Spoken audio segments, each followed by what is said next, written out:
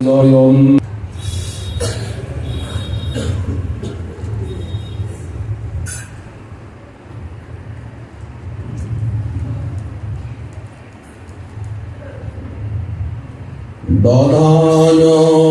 কৌপিনং তদুপরি বহির্বস্ত্রমরুণম প্রকাণ্ড হেমাদ্রিদুতিভিরভিতঃ সেবিততনু মুদা গায়ন্নুচ্চৈ নিজমধুর নামাবলিমসৌ শচী শুনো কিং মে নয়ন শরণিং ইয়াস্যতি পুনঃ।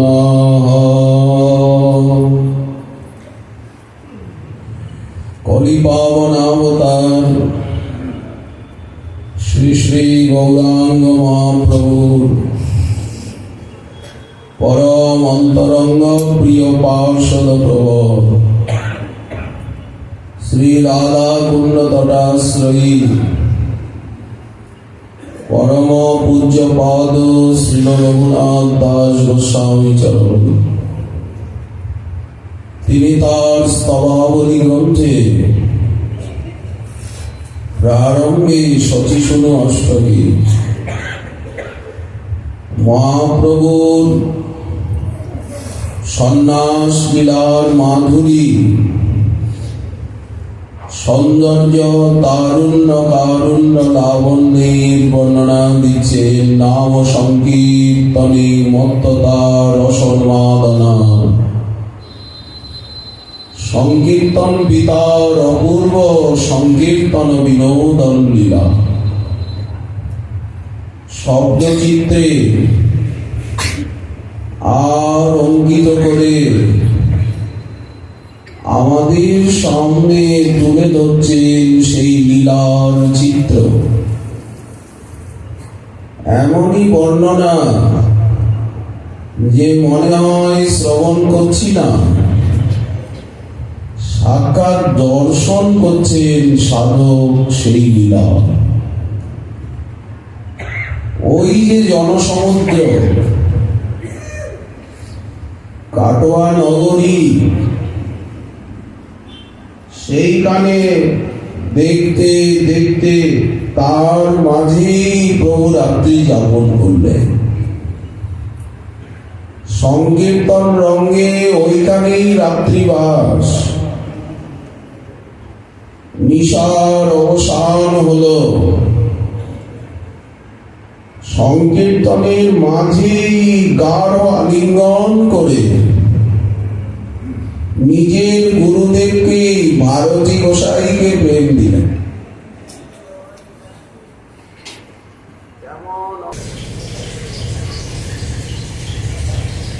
আলিঙ্গন করে ভারতী গোসাইকে প্রেম দিলেন। প্রেম তো দিতেই হবে, তা না হলে প্রেমের খেলা হবে না। ভারতী গোসাই এখন প্রেমে পাগল। প্রেম রূপী দক্ষিণা, গুরু দক্ষিণা তো দেবেন। কি দক্ষিণা দিলেন প্রভু? প্রেম রূপী দক্ষিণা দিলেন। ভারতী গোসাই বললেন, শ্রীকৃষ্ণ চৈতন্য, আমি বৃদ্ধ হয়েছি, যে কয়দিন বেঁচে থাকি জীবনে তোমার সঙ্গে সঙ্গেই আমি থাকবো। বড় শান্তি পেলাম, বড় আনন্দ পেলাম।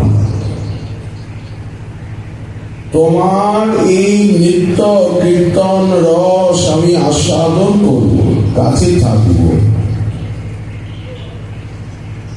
মহাপ্রভু বুঝি সে কথা শুনেও শুনলেন না, কারণ এত জনকোলাহল, এত লোকারণ্য। অন্যত্র চললেন। গঙ্গা অজয় সঙ্গম ছেড়ে কোথায় যাবেন? অরণ্যে প্রবেশ করবেন। মত্তবেগে ছুটে চলেছেন, মুখে অবিরত কৃষ্ণ কৃষ্ণ কৃষ্ণ কৃষ্ণ নামামৃত প্রবাহ। হরে কৃষ্ণ হরে কৃষ্ণ হরে কৃষ্ণ। শ্রী নিতাই চাঁদ মুকুন্দ চন্দ্রশেখর আচার্য রত্ন চলেছেন পিছনে পিছনে। সঙ্গে কি হেঁটে পারেন? কেশব ভারতীয় পিছনে চললেন, কিন্তু উনি তো বৃদ্ধ। কিছু দূর গিয়ে উনি তো আর হাঁটতে পারছেন না, অবশ হয়ে গেছে চরণ। ফিরে আসতে বাধ্য হলেন ভারতী। প্রভু বিদ্যুৎ বেগে চলেছেন নৃত্য করতে করতে।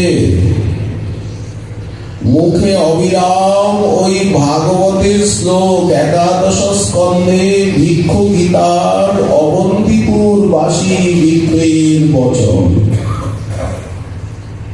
এতাং স্বাস্থায় পরাত্মনিষ্ঠাং অধ্যাসিতাং পূর্বতমৈ মহর্ষিভিঃ অহং তরিষ্যামি দুরন্তপারম তম মুকুন্দাং ঋষিবয়ৈব। একাদশ স্কন্ধের 23 অধ্যায়ের 57 সংখ্যক শ্লোক। মনুষ্য জীবনের একমাত্র লক্ষ্য হওয়া উচিত মুকুন্দের সেবা। সেই সেবা ব্রত, সেবাটাই ব্রত, লক্ষ্য, আচরণীয়। এটা অবন্তিপুরবাসী ব্রাহ্মণ সেই ভিক্ষুক তিনি নির্ধারণ করেছেন। বৃদ্ধ বয়সে এসে ওনার জ্ঞান হলো যে মুকুন্দ সেবাই মনুষ্য জীবনের ব্রত হওয়া উচিত। কোথায় গেলে মুকুন্দ সেবা ঠিক ঠিক হবে? মুকুন্দ আছেন কোথায়? আমি বৃন্দাবনে যাব। এখন তো নিশ্চিন্ত, এখন তো আর ঘর সংসারের কোন দায়িত্ব ভার আমার মাথার উপরে নেই। মাথাটা হালকা, এখন মাথাটা শূন্য। মাথাও নেই, ব্যথা নেই, কোনো দায়িত্ব নেই, কোনো ভার নেই, কিচ্ছু নেই। এই হালকা মাথা না হলে সেবাব্রত হবে না, উদযাপন। তাই বিদায় সংসারের থেকে। সংসার আমাকে চিরতরে বিদায় দিয়েছে। আমি আর সংসারের নই, না কেউ আমার, আর না তো আমি কারো। প্রভু এই শ্লোকটি উচ্চারণ করছেন। প্রভু কহে সত্য এই ভিক্ষুর বচন, মুকুন্দ সেবাব্রত কইল নির্ধারণ। একবার যদি মনুষ্য জীবনের চরম লক্ষ্য এই সেবাব্রত কেউ বুঝে নেন, তাকে আর সংসারের বন্ধনে বন্ধন গ্রস্ত হতে হয় না। তারে কি জগৎ বাঁধতে পারে? পরমাত্মা নিষ্ঠা লাগি এ বেশ ধারণ। এই যে বেশটা ধারণ করা হলো কেন? বলেন পরাত্ম নিষ্ঠা, পরমাত্ম নিষ্ঠা। আর অন্য কোনো দিকে তাকাবো না। মুকুন্দ সেবায় হয় সংসার তরণ। সংসার কিভাবে তারণ হবে? ভগবানের সেবা করলে, সেবা ধর্মে প্রতিষ্ঠিত হলে, জীবনে সেবা ব্রতকে গ্রহণ করলে। তা না হলে সংসার ছাড়া যায় না। বনে গেলেও সংসার পিছনে পিছনে ছোটে, কম্বল ছাড়লেও কম্বল ছাড়ে না। সেই বেশ করিল এবে বৃন্দাবনে গিয়া, কৃষ্ণ নিষেবন করি নিভৃতে বসিয়া। বৃন্দাবনে গিয়ে নির্জনে বসে সবসময় কৃষ্ণের সেবা চিন্তন করব। কি করবেন? বসে বসে জীববেন? বলেন না না, সেবা চিন্তন করব। এসব করিয়া পাবে যাব বৃন্দাবন ধামে। কিভাবে যাবেন? সেজে গুজে করঙ্গ কৌপিন লইয়া, ছেঁড়া কাঁথা গায়ে দিয়া। লোকজন নিয়ে যাবেন না, পোটলা নিয়ে? বললেন না, ছাড়িয়া সকল বিষয়। এটাই এই বেশের তাৎপর্য। প্রভু বললেন, ভক্তগণ, ভারতী গোসাই যে বহু পেছনে পড়ে গেছেন, উনি বৃদ্ধ মানুষ, আর কি হাঁটতে পারেন? কাটোয়ার মানুষ হা করে চেয়ে আছে এই সন্ন্যাসীর দিকে। কিছু দূর পর্যন্ত লোকজন সন্ন্যাসীর আকর্ষণে চলেছে, পিছু পিছু পিছু পিছু। প্রভু তাদেরকে নিবারণ করছেন, আপনারা আসবেন না, আপনারা নিজ গৃহে ফিরে যান। প্রভু দেখলেন এই মানুষগুলোকে হাঁটানোর দরকার। তখন উনি পশ্চিমমুখী হয়ে হাঁটতে আরম্ভ করলেন। প্রবেশ করলেন অরণ্যে। আর এই দেশে থাকবো না, বর্ধমান জেলায় থাকবো না। নদিয়ার থেকে বর্ধমান জেলায় এসেছেন, বলে এই বর্ধমান জেলাটাও ছাড়বো। তো কোন জেলায় যাবেন? বলে বীরভূমে যাবেন। অরণ্যে প্রবিষ্ট মুই হইব সর্বথা, প্রাণনাম কৃষ্ণ আমি পাব যথা। হা কৃষ্ণ হা কৃষ্ণ হা কৃষ্ণ বলে অবিরাম ছুটছে। চোখ খুলেছেন সহসা, দেখছেন ঊর্ধ্বশ্বাসে ছুটে আসছেন অবধূত গোসাই। ভারতী গোসাইয়ের হাত থেকে বাঁচলাম, কিন্তু অবধূত গোসাইয়ের হাত থেকে বাঁচবো কি করে? উনি যে ঊর্ধ্বশ্বাসে ছুটছেন। প্রভু জানেন না এটা নিতাইয়ের দেশ। উনি নিতাইয়ের দেশে প্রবেশ করেছেন। চন্দ্রশেখর আচার্য রত্ন মেসমশাই, শত হলেও বয়স হয়েছে, বৃদ্ধ, ছুটে আসছেন প্রভুর দিকে। হঠাৎ কে যেন প্রভুকে আর চলতে দিচ্ছে না। কার আকর্ষণে প্রভুর গতিরোধ হয়ে যাচ্ছে, আটকে যাচ্ছে চরণ, ছুটতে পারছেন না। হৃদয় তন্ত্রীতে ঝঙ্কৃত হলো জননীর করুণ ক্রন্দন।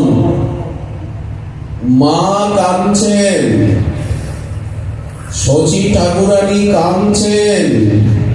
সেই ক্রন্দনের রেশ যেন মহাপ্রভুর হৃদয় তন্ত্রীতে করুণ রাগিনী সৃষ্টি করল। আজ 3 দিন হলো শচী ঠাকুরানীর মুখে অন্ন জল পড়েনি। সারা নদিয়া ঘোর বিরহ শোকে ডুবে আছে। মধ্য গগনের থেকে সূর্য যেন দিবাভাগে অস্তমিত হয়ে গেছে। ঠিক সেই রকম অবস্থা, দেহের থেকে যেন প্রাণ বেরিয়ে গেছে।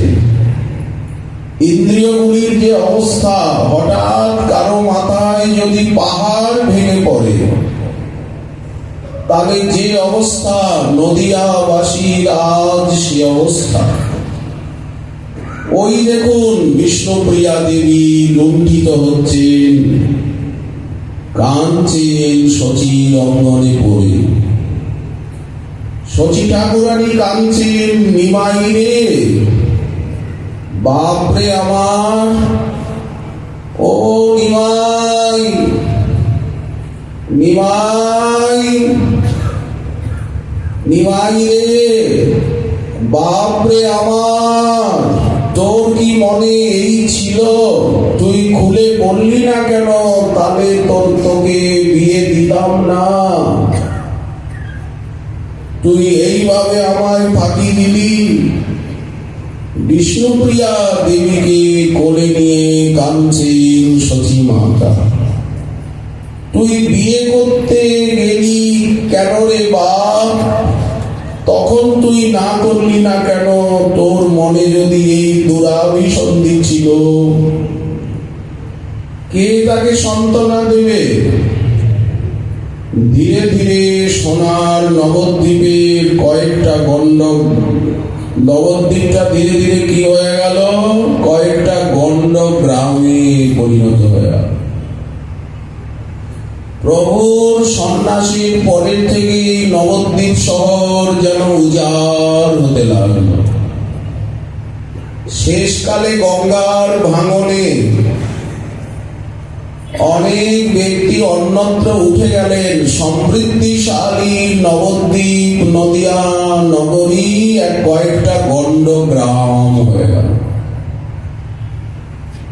গঙ্গার জলপ্লাবন ভাঙন, গঙ্গা দেবী যেন মনের সাথে সারা নবদ্বীপে গড়াগড়ি দিতে লাগলেন। গৌরাঙ্গীর চরণরজ ভাঙছেন, এদিক থেকে ওদিকে যান, ওদিক থেকে এদিকে আসেন গঙ্গা দেবী। ধীরে ধীরে গঙ্গার ভাঙনে লুপ্ত হতে লাগলো সমস্ত লীলাস্থলী। কয়েকটা গণ্ডক গ্রাম রইল মাত্র। দৃশ্যমান দৃষ্টিতে এখন একটা সাধারণ শহরের রূপ ধরে আছে। নদিয়ার চাঁদ অস্তমিত হয়ে গেল। সেদিন থেকে ঘোর অন্ধকারে ডুবে রইল সমগ্র নদিয়া। কি করুণ সেই দৃশ্য! নদিয়াবাসীর সেই করুণ ক্রন্দনের তান আজও আকাশ বাতাসে ভেসে বেড়ায়। শচী দেবীর বিলাপ গীতি আর বিষ্ণুপ্রিয়া দেবীর সেই অশ্রুজল মহাজন তার কিছু ইঙ্গিত দিয়েছে। মহাপ্রভু অরণ্যে প্রবেশ করলেন। কেউ তার সঙ্গে পারছে না। কি করে পারবে? রার দেশে ভ্রমণ করছে। বীরভূম জেলায় ঘুরছেন প্রভু। মাঝে মাঝে বাহ্য জ্ঞান আসছে। রার দেশ বলতে মুর্শিদাবাদ, বীরভূম, সেইখানেই ঘুরছেন। বাহ্য জ্ঞান আসছে মাঝে মাঝে, আর রাধা ভাবে তন্ময় হয়ে আছেন প্রভু। বৃন্দাবনে যাব, যমুনার তটে গিয়ে নিকুঞ্জ বিহারীকে ডাকবো, কেঁদে কেঁদে খুঁজবো সেখানে গিয়ে। এই তো ব্রজের প্রতি প্রভুর আকর্ষণ। আর এই শিক্ষাটা আমাদেরকেও উনি দিয়েছেন। তবেই তো আজ আমরা বৃন্দাবনে আসতে পেরেছি। কার সম্পর্কে? মহাপ্রভুর সম্পর্কে কৃপার আকর্ষণে। তা না হলে আমরা বৃন্দাবনে আসবো কেন? এ ভব সাগর গরলা কর তজি মধুপুরী চলবে। প্রভু যদি এই প্রকার বৃন্দাবনের প্রতি আকর্ষণ ব্যক্ত না করতেন এবং না শেখাতেন, কে বৃন্দাবনে ছুটে আসত? প্রভুই তো পাঠালেন, যাও বৃন্দাবনে যাও। উনি নিজে এলেন এবং সকলকে পাঠালেন, যাও বৃন্দাবনে যাও। এই আকর্ষণ, এই আশা, এই যাওয়া উনি তো শিখিয়েছেন। এখানে থাকা, কিভাবে বৃন্দাবনের পানে ছুটে যেতে হবে তারও আদর্শ উনি। ওই দেখুন, হাজার হাজার নরনারী ছুটে আসছেন, প্রতিনিয়ত ছুটে আসছেন বৃন্দাবনের পানে। কত কষ্ট করে! এটা কার শিক্ষা? মহাপ্রভু। নিতাই গৌর আমাদেরকে কৃপা করে শিখিয়েছেন। যে তোমরা বৃন্দাবনে যাও, ব্রজ ভজন করো, আরাধ্য ভগবান ব্রজী সস্তনয়। কই বলেন নাই তো বদ্রীনারায়ণে যাও, বলেন তো নাই গয়ায় যাও। গায়ে পড়ে আমরা যাই পিণ্ড দিতে, কিন্তু মহাপ্রভু তো বলে নাই। প্রভু তো বলে নাই যে অমুক জায়গায় যাও, তমুক জায়গায় যাও, কিন্তু বলেছেন বৃন্দাবনে যাও। রথযাত্রার সময় নীলাচলে এসো গৌরদেশবাসী প্রত্যক্ষ। আরাধ্য ভগবান ব্রজী সস্তনয় স্তদ্ধাম বৃন্দাবনম রম্যা কাচিদুপাসনা ব্রজবধূ বরেণ যা কল্পিতা। এই তো মহাপ্রভুর শিক্ষার সার। হে বিশ্ব মানব, মহাপ্রভু বলছেন আমার অনুসরণ করো, আমার পিছনে পিছনে আসো, আমার আচরণের অনুসরণ করো, আমাকে আদর্শের গুরু মানো। এই তো সচিনন্দনের শিক্ষা। যে যতটা নিতে পারেন, এ ভব সাগর গরলা করো তজি মধুপুরী চলরে। যারা এসেছেন তারা ভাগ্যবান, তারা অনেকটা জীবনে এগিয়ে গেছেন, পেয়ে গেছেন, অনেকে তো পেয়েই গেছেন। বৃন্দাবনে মধু নিধুবনে ধুলায় লুটায়ে পররে। এখানে রজ মানতে আসা, বাবুগিরি করতে না। ফিটফাট পোশাক পরিচ্ছদ সেজে গুজে গুরুগিরি করতে এখানে আসা হয়নি, বাবুগিরি করতে আসা হয়নি। বৃন্দাবনে মধু নিধুবনে ধুলায় লুটাইয়ে পররে। ব্রহ্মা মহেশ কমলা ত্রিদশ বাঞ্ছিত যার রজরে। এখানে রজ মানতে আসা হয়েছে। রাধা পদরেণু, গোপী পদরেণু, রবি নন্দিনী সুরবন্দিনী প্রিয় পাবনী জলরে। এখানে যমুনায় স্নান করতে আসা হয়েছে, জল পান করতে আসা হয়েছে। শীতল তট রেণু হলুঠ করমন নিরমল রে। এই যে আহ্বান মন্ত্র, এটা মহাপ্রভু সন্ন্যাস লীলায় আচরণ করে শিক্ষা দিচ্ছে। গয়ার থেকেই এই শিক্ষার আরম্ভ হয়েছে। যেদিন থেকে দীক্ষা হলো সেদিন থেকেই বৃন্দাবন বলে উনি ব্যাকুল। 3 দিন ধরে ছুটে বেড়াচ্ছেন রার দেশে। রার বাংলার কঠিন মৃত্তিকায়, জঙ্গলা কীর্ণ মাঠে ঘাটে হাটে বাটে উন্নত অবনত ভূমিতে প্রভু 3 দিন ধরে ছুটছেন। সহসা বাহ্য জ্ঞান এসেছে। 3 6টা দিন হয়ে গেছে। জিজ্ঞাসা করছেন সঙ্গে এরা কারা, আমার সঙ্গে যারা এরা কারা, তাদের চিনতে পারছেন না। উদাস দৃষ্টি জিজ্ঞাসা করছেন আমি কোন দেশে এলাম। সর্বনাশ, এই জায়গাটা মনে হচ্ছে প্রচন্ড ভয়াবহ। মৃত্তিকা, মাটি যেমন কঠিন, মানুষের মনও কঠিন। বহির্মুখের রাজত্ব এখানে উগ্র, সব বহির্মুখ মানুষ বাস করে। কারো মুখে আমার প্রাণ সর্বস্ব কৃষ্ণের নাম নেই। যে দেশের মানুষের মুখে কৃষ্ণ নাম নেই, মাটিটাও কঠিন, এটা উগ্র দেশ। প্রভু বলছেন বড় কঠিন দেশ, বড় উগ্র দেশে এসে গেছি। বড় বড় অশ্বত্থ গাছ, বড় বড় জঙ্গলি গাছগাছালি। এদেশে কেউ কৃষ্ণ নাম করে না, কৃষ্ণকে স্বয়ং ভগবান বলে মানে না। যে দেশের লোক কৃষ্ণ নাম করে না, কৃষ্ণকে ভগবান বলে মানে না, সেই দেশে যে ইচ্ছে হয় না সে দেশে থাকা আর নরককুণ্ডে থাকা একই ব্যাপার।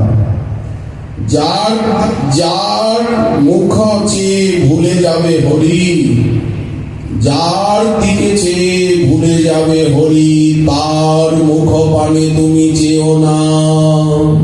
কোন দেশে এলাম? এটা প্রচন্ড উগ্র দেশ, কঠিন মাটি। এটা রাগ দেশের মাটি, যেমন রুক্ষ তেমনি লাল মাটি, তেমনি কাকর। মানুষের মনও রজগুণে লাল। শাক্ত শৈব প্রধান দেশ, কৃষ্ণ ভক্তির বালাই নেই। সহসা অদূরে তৃণের মাঠে, ঘাসের মাঠে গাভী চারণ করছিল কতগুলি গোপাল। সম্ভ্রমে মহাপ্রভু সেইখানে গিয়ে উপস্থিত হলেন। এখন একজন সুকৃতিমান বালক প্রভুকে দেখে আর হরিধ্বনি করতে করতে হরি বল হরি বল হরি বল হরি বল হরি বল বলে ছুটে আসে। বুঝি প্রেমানন্দের আস্বাদন পেয়েছে সেই গোপবালকটি। প্রভু চকিতের ন্যায় সেই দিকে তাকিয়েছেন। তাহলে যে হরিবোল বলে, হরি হরি বলা রসের বদন, তার দিকে তাকায়। আমরা যদি হরিবোল বলি, তাহলে সেই হরি বলা রসের বদন আমাদের দিকে চোখ মেলে তাকাবেন, না হলে তাকাবেন না। মহাপ্রভু হরি না বললে, হরিনাম না করলে মহাপ্রভু তার মুখের দিকে তাকায় না। উনি আপন মনে আপন খেয়ালে হাঁটছিলেন। বালকটিকে দেখে, বালকের মুখে হরিনাম কেন? হরিনাম শুনে বাধ্য এসেছে প্রভু। ভক্তগণ, এখান থেকে গঙ্গা কত দূর? আগে 1 প্রহরের পথ হবে, 3 ঘন্টা। ও গঙ্গার হাওয়া আসছে। তাহলে কি প্রভু ঘুরতে ঘুরতে বর্ধমান জেলায় প্রবেশ করছেন? গঙ্গার হাওয়া আসছে, সেই জন্য মুখে হরিনাম বেরোলো। তা না হলে মুখে হরিনাম আসবে কেন? এটা গঙ্গার মহিমা। গঙ্গার হাওয়াটা আসছে এত দূর। বাবা, কত দূর চলে গিয়েছিলাম। কঠিন মাটি, লাল মাটি, অশ্বত্থ গাছ।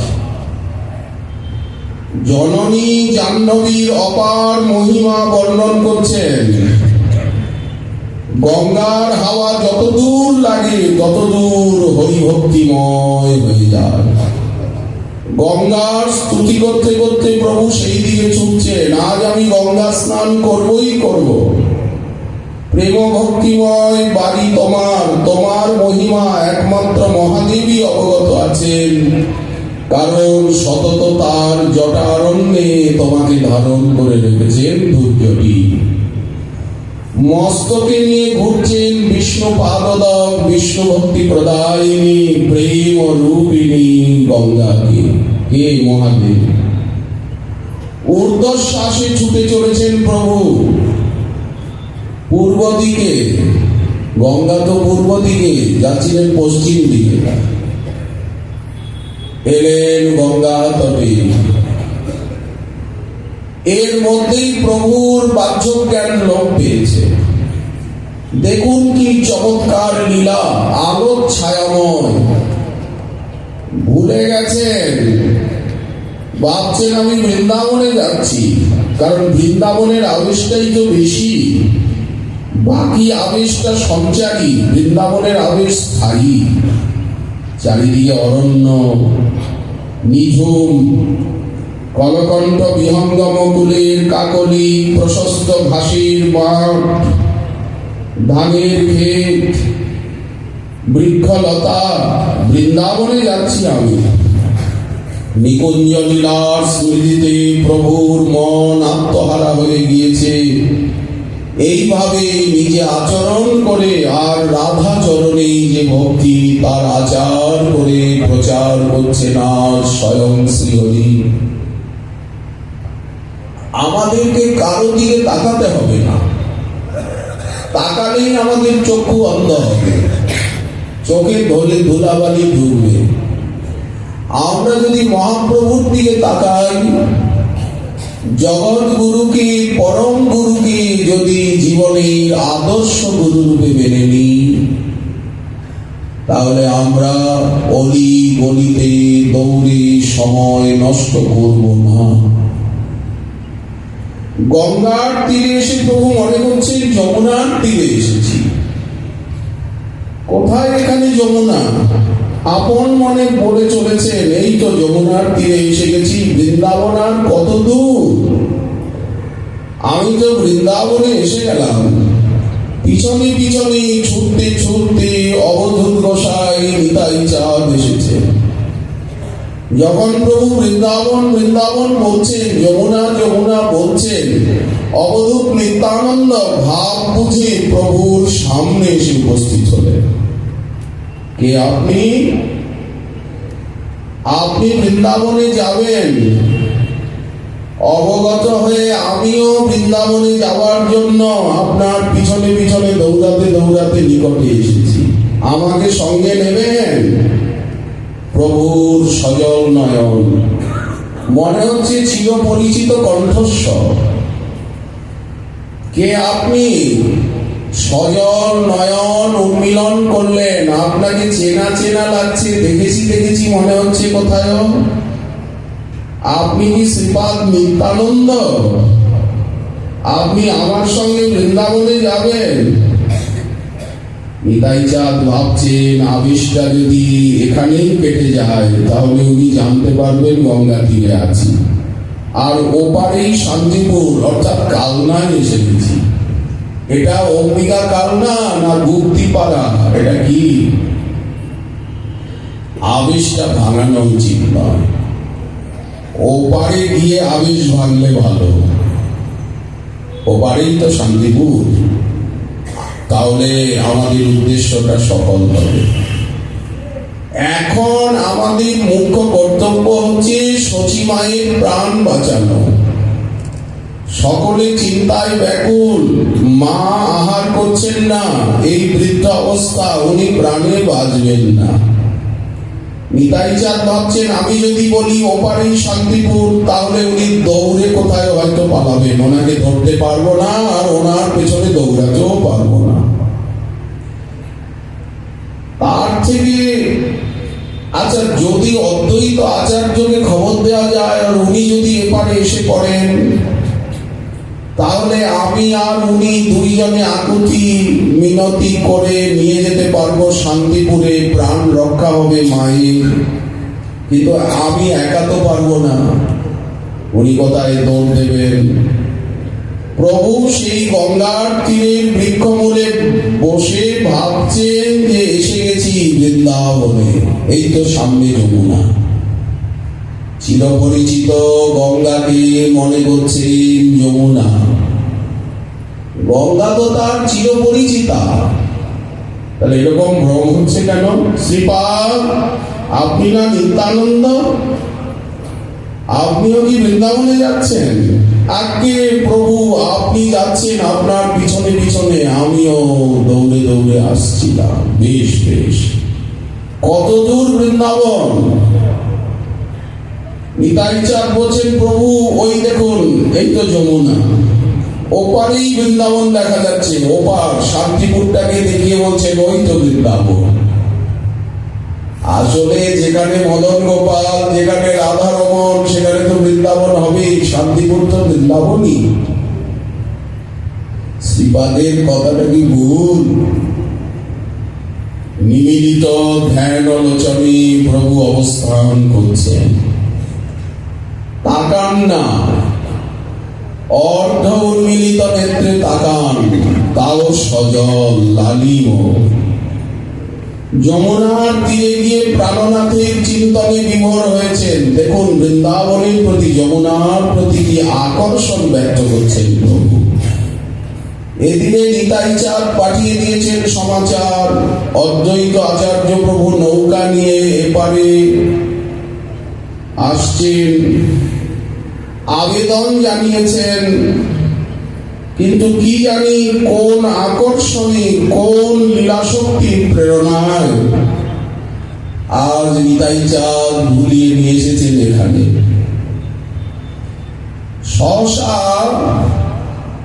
প্রভু গঙ্গা গর্ভে একখানা নৌকাকে দেখতে পেলেন। নৌকাটা এইদিকেই আসছে। অদ্বৈত আচার্য প্রভু নৌকা নিয়ে আসছেন। দূর থেকে দেখতে পেলেন প্রভুর সন্ন্যাস মূরতি। উচ্চেশ্বরে ক্রন্দন করছেন অদ্বৈত আচার্য। ঠিক সেই সময় মহাপ্রভু গঙ্গাকে যমুনার জ্ঞানে দণ্ডবত করে স্তুতি করতে করতে গঙ্গার গর্ভে নেমেছেন। যমুনায় ডুব দিয়েছেন। ভাবছেন আমি যমুনা স্নান করছি গঙ্গা গর্ভে। অদ্বৈত আচার্য গঙ্গার মাঝখানে দেখতে পাচ্ছেন প্রভুর উজ্জ্বল জ্যোতির্ময় মণ্ডিত মস্তক, অরুণ বসন পরিহিত মূরতি। গঙ্গা বক্ষ সোনালি লালিম হয়ে গেছে, অঙ্গদ ছটায় বহির্বাসের ছটায়।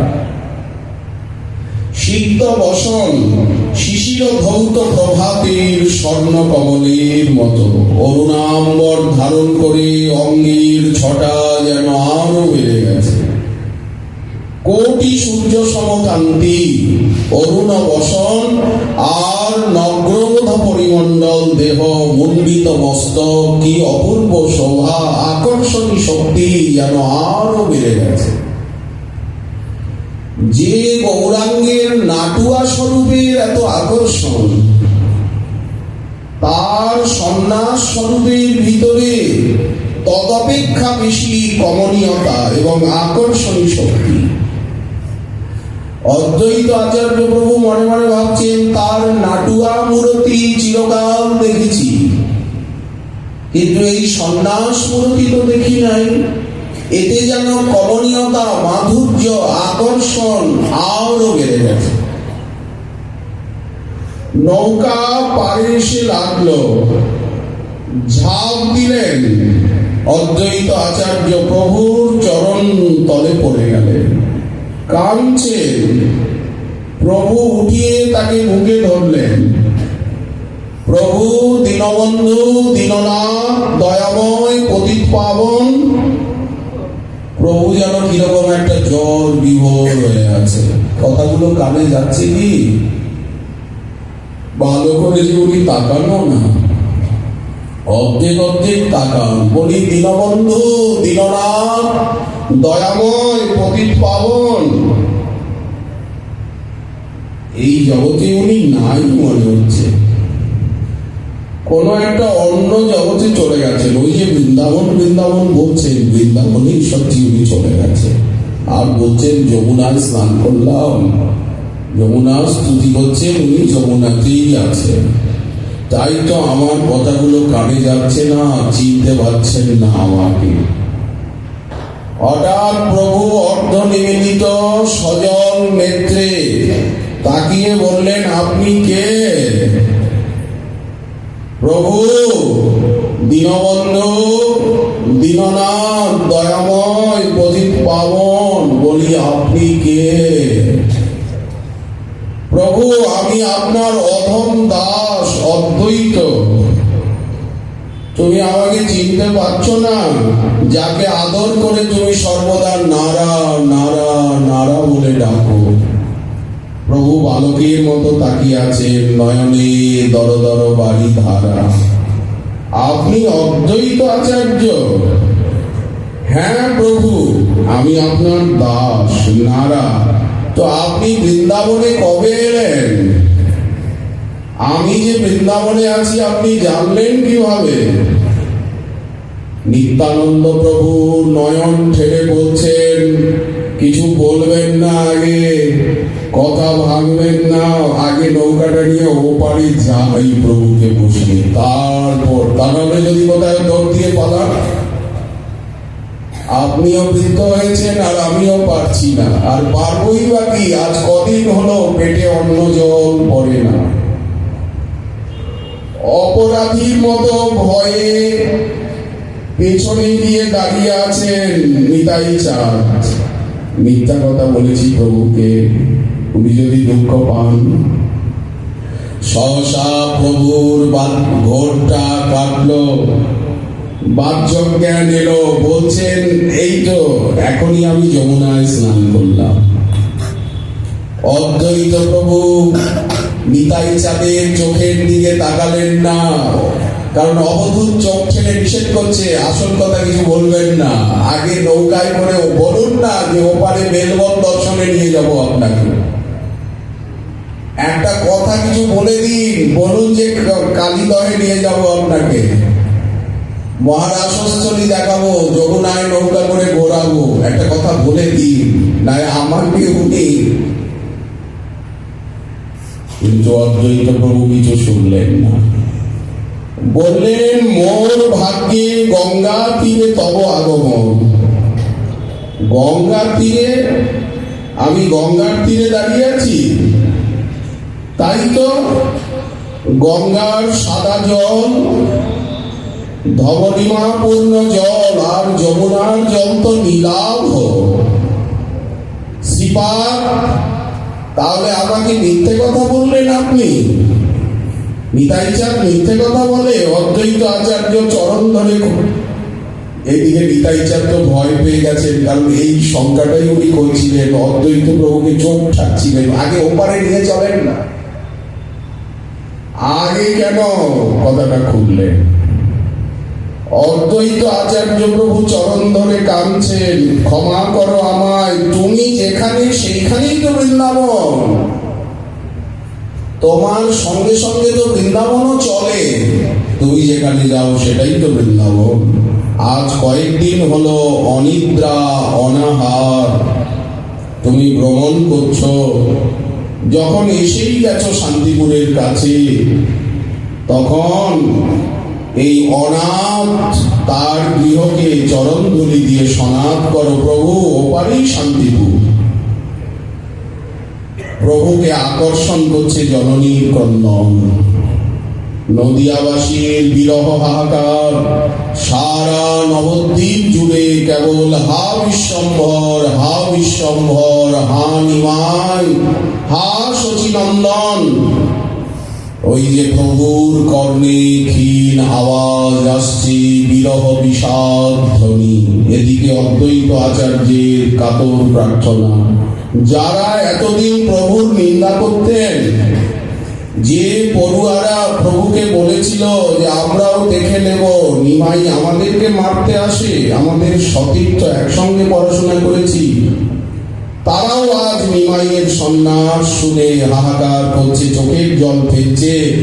আমরা নিমাইকে মস্তিষ্ক বিকৃতি, মাথা গরম হয়েছে, মনে করতাম নিমাইয়ের বায়ু চলে গেছে, কিন্তু নিমাই যে পরম ভক্ত, সে সংসারের আকর্ষণকে ত্যাগ করে চিরতরে সন্ন্যাস নিয়ে চলে গেল। আমরা তো পড়ে শুনেও কিছু করতে পারলাম না, আজ তারা চোখের জল ফেলছে। উদ্দেশ্য সিদ্ধ হয়েছে অদ্বৈত প্রভুর। হস্তে দণ্ড নিয়ে প্রভু নৌকায় উঠলেন, নৌকা ওপারে চলল, পথ ঘাট সব লোকে লোকারণ্য, দণ্ড নিয়ে আর প্রভু সেই জনসমুদ্রের মধ্যে দিয়ে চলছে। সবাই চরণে বিঘল হয়ে দণ্ডবোধ করছেন, বলছেন আজ ধন্য শান্তিপুর, ধন্য শান্তিপুরবাসী। তারা সন্ন্যাসী শ্রীকৃষ্ণ চৈতন্য প্রভুর প্রথম দর্শন লাভ করলেন, ধন্য। এই দেখুন সেই সন্ন্যাসী মাধুর্য কত বেড়ে গেল, প্রভুর আকর্ষণ কত বেড়ে গেল। কারুণ্য তারুণ্য লাবণ্য শচী শুনো কিমে নয়ন সরণী যাসতি পুনঃ। সেই শচীনন্দনকে আমি কি আর দেখতে পাবো? প্রার্থনা হচ্ছে শ্রীপাদ শ্রীমান মহাপ্রভু কৃপা হলে